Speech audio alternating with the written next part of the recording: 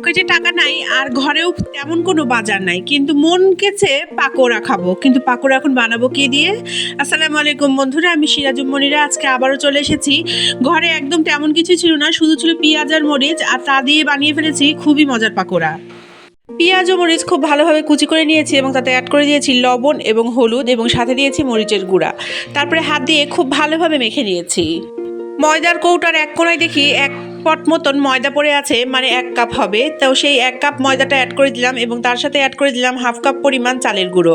তারপরে খুব ভালোভাবে মেখে নিলাম আর আস্তে আস্তে অল্প অল্প করে পানি অ্যাড করেছি। পানিটা একদমই অল্প অ্যাড করেছি যাতে আমি একটা বড়া বানাতে পারি, ঠিক সেরকম করেই মাখিয়েছি। আমার ডোটা তো মাখানো হয়ে গিয়েছে, দেখতেই পেয়েছেন যে এটা কেমন থিকনেস রেখেছি। এখন আমি পাকোড়াগুলো ভাজতে যাব, গিয়ে দেখি তেলও অল্প। তো ভাবলাম ঠিক আছে, আজকে অল্প তেলেই মজাদার পেঁয়াজের পাকোড়া বানাবো। তো পাকোড়ার শেপটা আগে আমি করে নিলাম আর ফ্রাই প্যানে আমি অল্প সামান্য তেল দিয়ে তেলটা গরম করে নিয়েছি। আর এখন একে একে সব পাকোড়াগুলো ছেড়ে দিব। অল্প তেলে এই পাকোড়াগুলো ভাজা যায়, এমনকি আপনারা যদি ননস্টিকি ফ্রাই প্যানে ভাজেন তাহলে একদম অল্প সামান্য তেল দিয়ে, মানে 2 থেকে 3 চামচ তেল দিয়েও এপিট ওপিট ভালোভাবে ভেজে নিতে পারবেন। ডুবো তেলে ভাজলেও যেরকম স্বাদ লাগে, সেরকম এই অল্প তেলে ভাজলেও এই পাকোড়াগুলো অসাধারণ লেগেছে আমার কাছে। ঘরে যখন সব কিছুই অল্প অল্প থাকে তখন এই অল্প অল্প জিনিস দিয়েই এরকম মজাদার খাবার বানিয়ে ফেলা যায়। এতে অনেক বেশি খরচও হলো না আর মনের আশাও মিটে গেল। একে একে আমি সব পাকোড়াগুলো ভাজতে দিয়ে দিলাম আর 4 থেকে 5 মিনিটের মধ্যে আমার পাকোড়াগুলো কিন্তু রেডি হয়ে গিয়েছিল। 1.5 মিনিট পরেই আমি পাকোড়াগুলো উল্টে দিয়েছি আর তারপর আরও 1.5 মিনিট ভেজেছি, বাস তাতেই আমার পাকোড়াগুলো একদম তৈরি হয়ে গেছে সার্ভ করার জন্য। আজকে এই পাকোড়ার রংচা দিয়ে আমি সার্ভ করব, তাই অন্য একটা চুলায় কিন্তু আমি রংচাও বসিয়ে দিয়েছি। সবচেয়ে মজার ব্যাপার হলো, এক চুলায় চা চড়িয়ে দিয়ে আরেক চুলায় এই পাকোড়াগুলো আপনি ভেজে নিতে পারবেন। চা এবং পাকোড়া একসাথেই তৈরি হয়ে যাবে সার্ভ করার জন্য।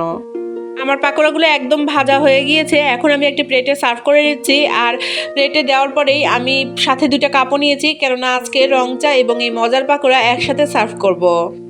আমরা মোটামুটি 5 থেকে 6 জন ছিলাম এবং সবাই এই মজার পাকোড়া এবং চা একসাথে খুব মজা করে বিকেলে নাস্তা করেছি। এই অল্প অল্প উপকরণে বানানো মজাদার পেঁয়াজের পাকোড়ার রেসিপিটি আপনাদের কেমন লাগলো অবশ্যই আমাকে কমেন্টে জানাবেন। আর আমার চায়ের পানিও ফুটে গিয়েছে, এখন আমি পাতি অ্যাড করে দিচ্ছি। তারপরে খুব ভালোভাবে ফুটিয়ে নিব এবং তারপরে ঢাকনা দিয়ে ঢেকে 3 থেকে 4 মিনিট রেখে দেবো একটু লিকারটা ছাড়ার জন্য। রং চায়ের ক্ষেত্রে এই লিকার ছাড়াটা খুবই গুরুত্বপূর্ণ। লিকারটা ভালোভাবে ছাড়লে তবেই রং চায়ের টেস্টটা আসে। রং চা কীভাবে বানাতে হয় তা আর বলার কিছু নেই, কেননা এটা আমি ও আপনি সবাই জানি কীভাবে রং চা বানাতে হয়। রং চা রেডি হয়ে গিয়েছে, এগুলো আমি কাপে ঢেলে নিচ্ছি আর আপনাদেরকেও এখন বিদায় জানাচ্ছি।